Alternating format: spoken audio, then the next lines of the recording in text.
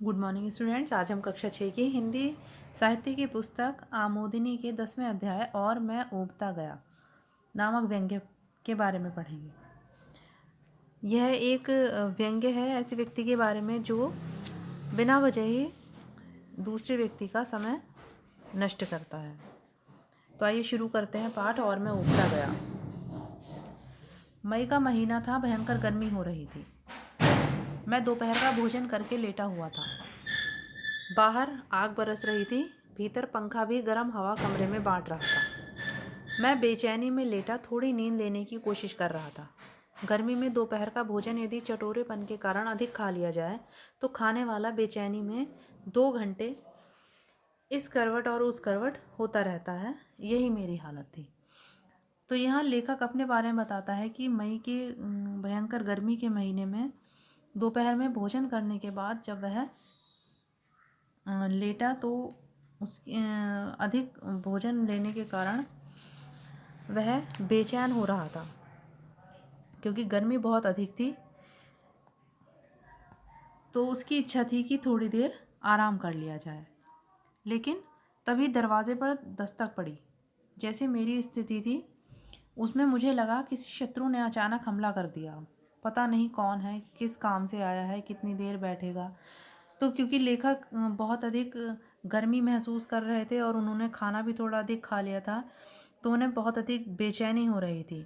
तो उनकी इच्छा थोड़ी देर आराम करने की थी, लेकिन उस समय जब दरवाजे पर कोई व्यक्ति दस्तक देता है तो उस समय उन्हें ऐसा लगता है कि कोई शत्रु ने जैसे उनके ऊपर हमला कर दिया हो।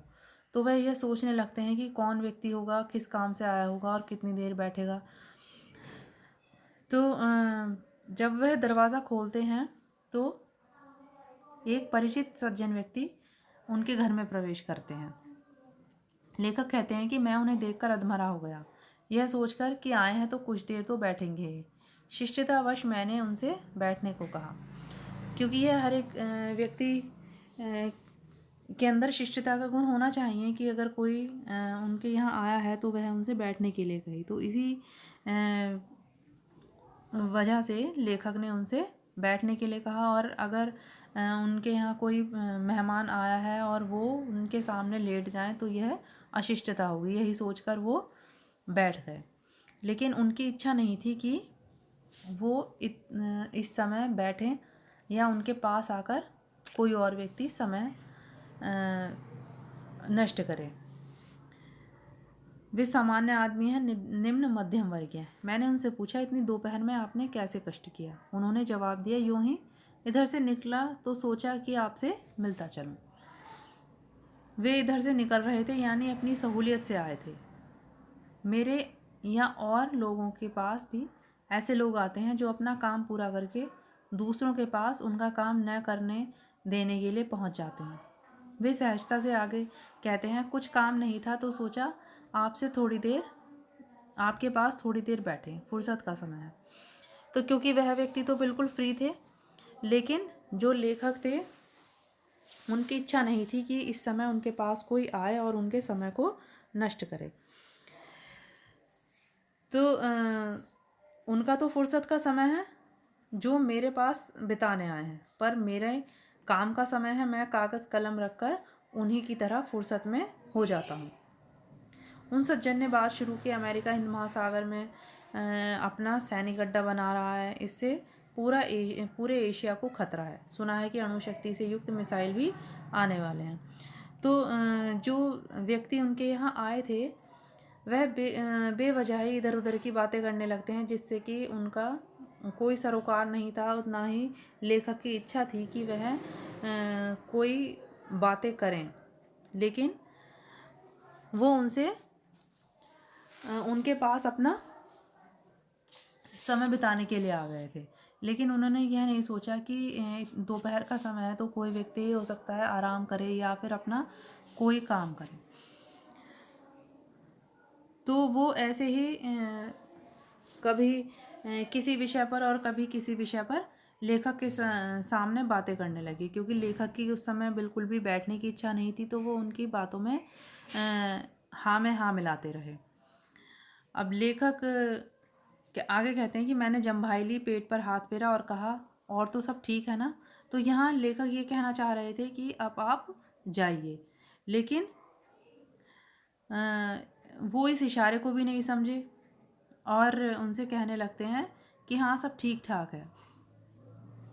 जब मैं बहुत परेशान हो गया तो मैंने केवल हाँ हूँ ही करना शुरू किया, क्योंकि अब उनकी इच्छा नहीं थी, तो इसलिए वो भी उनकी बातों में हाँ मिलाने लगे।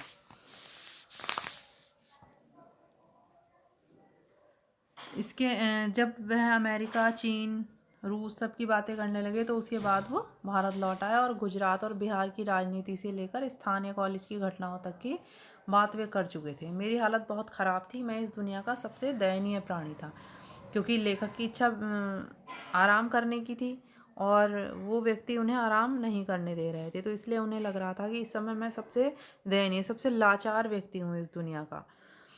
और वो कह रहे हैं कि मेरी हालत उस बकरे की तरह थी जिसे रस्से से बांध दिया गया है और उसकी गर्दन के ऊपर तलवार रखी हुई है। अब वह उठे और अंगड़ाई लेकर बोले, और तो सब ठीक है, कोई ख़ास काम तो नहीं है, ज़रा 10 रुपये दे दीजिए, परसों लौटा दूंगा। मैं बक रह गया। वे मुझसे आते ही कह देते तो मैं उन्हें 10 रुपये दे देता, पर उन्होंने मेरे राजनीतिक विश्वासों की इतनी लंबी भूमिका बांधी, वाशिंगटन से लेकर मास्को तक के चक्कर लगवाए। मैंने उन्हें फ़ौरन 10 रुपये दिए और ये कहते हुए चले गए कि परसों ज़रूर लौटा देंगे। मैं फिर से बिस्तर पर लुढ़क गया। मुझे दुख भी था कि यह आदमी इसके लिए इतना परेशान हुआ। तो इस व्यंग्य में यही कहना चाहा है कि हमें दूसरों का समय नहीं बर्बाद करना चाहिए, क्योंकि अगर उन्हें 10 रुपये की आवश्यकता थी तो वो सीधे ही उनसे लेखक से कह सकते थे कि आप मुझे 10 रुपये दे दीजिए, मैं आपको परसों लौटा दूंगा। लेकिन या तो ऐसा हो सकता है कि उन्होंने ऐसा कहना मुनासिब नहीं समझा कि एकदम ही आए और पैसों के लिए कहने लगे, इसलिए वो उसकी भूमिका बांधने लगे और इधर उधर की बातें करने लगे। लेकिन हर एक व्यक्ति को समय के महत्व को समझना चाहिए कि अगर आप खाली हैं तो ऐसा नहीं है कि दूसरा व्यक्ति जो है वो भी खाली हो। तो इसलिए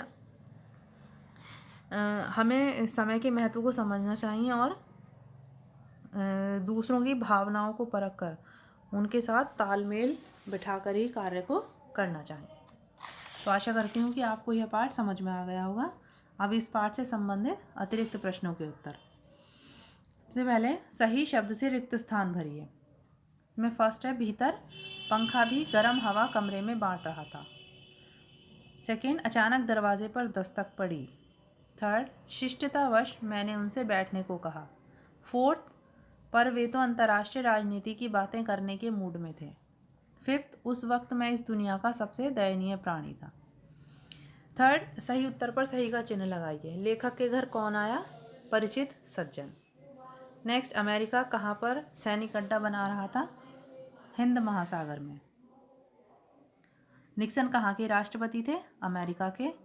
परिचित सज्जन चीन के बाद कहाँ की बातें करने लगे? वॉशिंगटन की। परिचित सज्जन ने लेखक से कितने रुपए मांगे? 10 रुपये।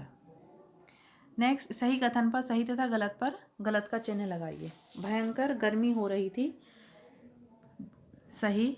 भीतर कमरे में पंखा ठंडी हवा बांट रहा था। गलत। अचानक लेखक के घर पर उसके रिश्तेदार आ गए।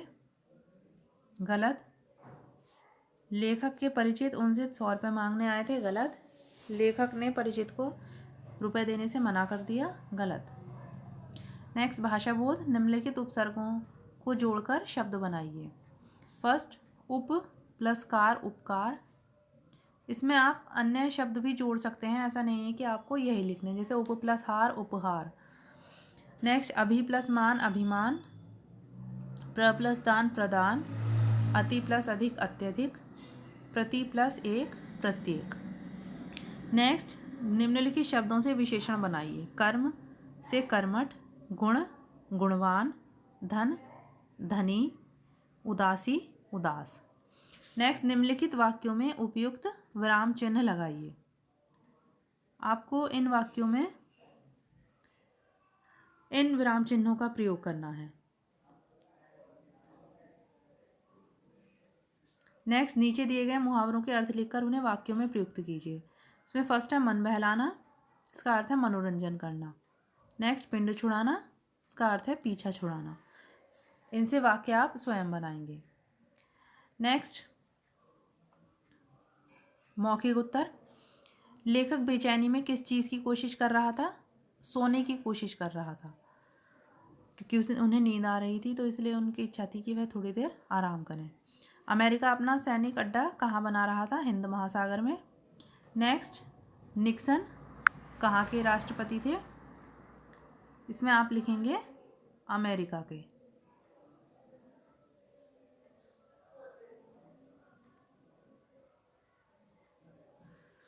नेक्स्ट, व्यक्ति लेखक से के घर क्या मांगने गया था? 10 रुपये। नेक्स्ट, लेखक की हालत किस प्रकार की हो गई थी? दयनीय, प्राणी जैसी।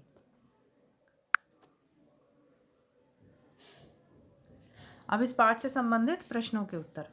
इसमें पहला प्रश्न है, लेखक किस कारण परेशान था? तो इसका उत्तर है, लेखक अधिक खाना खाने के कारण करवटें बदल रहा था, जबकि वह सोना चाह रहा था, लेकिन अधिक गर्मी होने के कारण वह सो नहीं पा रहा था और परेशान था।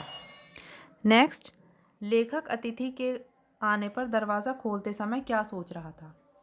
इसका आंसर है, लेखक अतिथि के आने पर दरवाज़ा खोलते समय यह सोच रहा था कि पता नहीं कौन है, किस काम से आया है, कितनी देर बैठेगा, इत्यादि प्रश्न लेखक के मन में आ रहे थे। नेक्स्ट, अतिथि ने लेखक के घर आकर किन किन घटनाओं पर चर्चा की? अतिथि ने लेखक के घर आकर अंतर्राष्ट्रीय राजनीतिक घटनाओं एवं भारत की बिहार एवं गुजरात की राजनीतिक घटनाओं व स्थानीय कॉलेज आदि की घटनाओं पर चर्चा की। नेक्स्ट क्वेश्चन, लेखक घर आने वाले व्यक्ति से परेशान क्यों हो रहा था? लेखक घर आने वाले व्यक्ति से परेशान इसलिए था क्योंकि उस समय उसे नींद आ रही थी। नेक्स्ट क्वेश्चन, लेखक जब बहुत परेशान हो गया तो उसने क्या किया? इसका आंसर है, लेखक जब बहुत परेशान हो गया तो उसने उस व्यक्ति की बातों पर केवल हाँ हूँ करना शुरू कर दिया, जिससे उस व्यक्ति को लगे कि यह बात नहीं करना चाह रहा है। तो आशा करती हूँ कि आपको यह पाठ समझ में आ गया होगा। इस पाठ से संबंधित प्रश्नों के उत्तर आप अपनी उत्तर पुस्तिका में और अतिरिक्त प्रश्नों के उत्तर आप अपनी पुस्तक में साफ और स्वच्छ अक्षरों में लिखेंगे। Thank you.